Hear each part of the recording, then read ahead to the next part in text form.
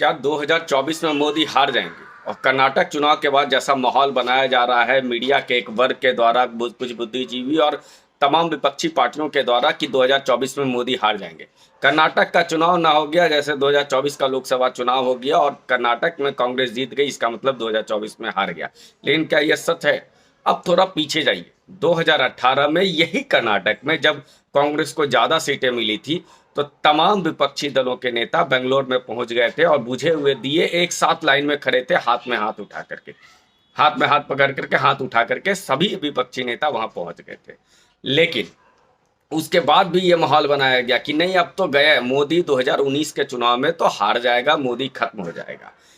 उसके 2018 के दिसंबर आते आते राजस्थान, मध्य प्रदेश और छत्तीसगढ़, इन तीनों राज्यों में बीजेपी की हार के बाद तो लोगों ने ऐसे घोषणा कर दी कि 2019 का चुनाव मोदी हार गया।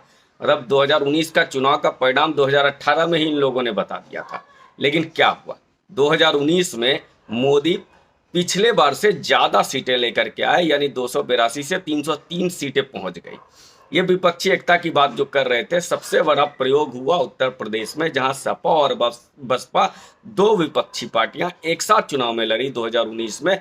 लेकिन परिणाम कुछ भी खास नहीं हुआ और मोदी और बीजेपी को 303 सीटें मिल गई।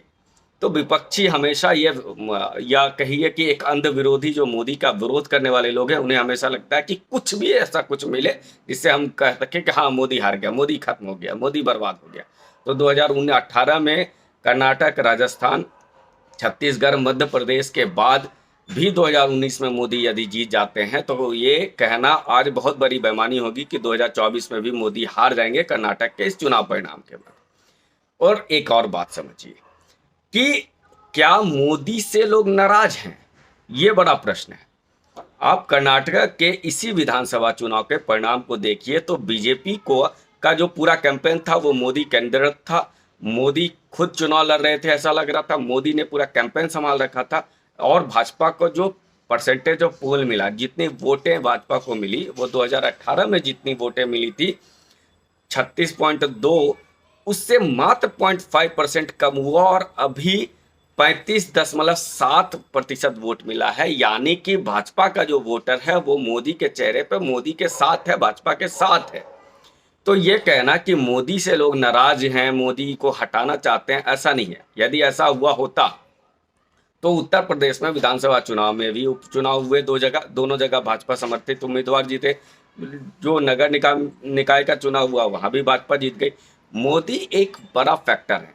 आप ये जो भी तमाम लोग जो अंध विरोधी हैं मोदी के, वे कह रहे हैं कि ये कर्नाटक चुनाव से मोदी हार जाएंगे, उन्हें ये बात समझना चाहिए कि हरियाणा विधानसभा चुनाव में भाजपा को उतनी सफलता नहीं मिली थी।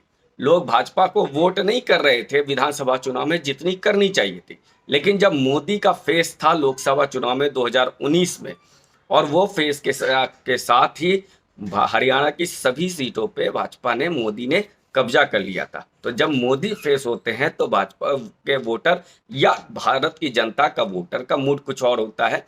लेकिन यही जब प्रांत की बातें होती हैं, विधानसभा का चुनाव होता है, तो परिणाम कुछ और आ जाता है। कुछ लोग कह रहे हैं कि बंगाल में हार गए मोदी, उसका दिल्ली में हार गए मोदी, और अब हो सकता है कि लोकसभा भी हार जाएंगे। उन्हें भी एक बात को समझना पड़ेगा कि बंगाल विधानसभा में 3 सीटें थी भाजपा की, बढ़ करके 77 हो गई। तो क्या ये मोदी के लिए हार का सिंबल है? दिल्ली में परसेंटेज ऑफ पोल 5% तक बढ़ गया था भाजपा का। तो ये कहना कि ये विधानसभा चुनाव में क्या परिणाम बता देगा कि 2024 में मोदी हार जाएगा, इससे बड़ा बेवकूफ़ी कुछ नहीं होगा। क्योंकि हमने देखा है कि 2018 में कर्नाटक, राजस्थान, मध्य प्रदेश, छत्तीसगढ़ सभी सीट विधानसभा हारने के बाद भी मोदी 2019 में एक बड़ी सीट लेकर के आए थे। 2024 में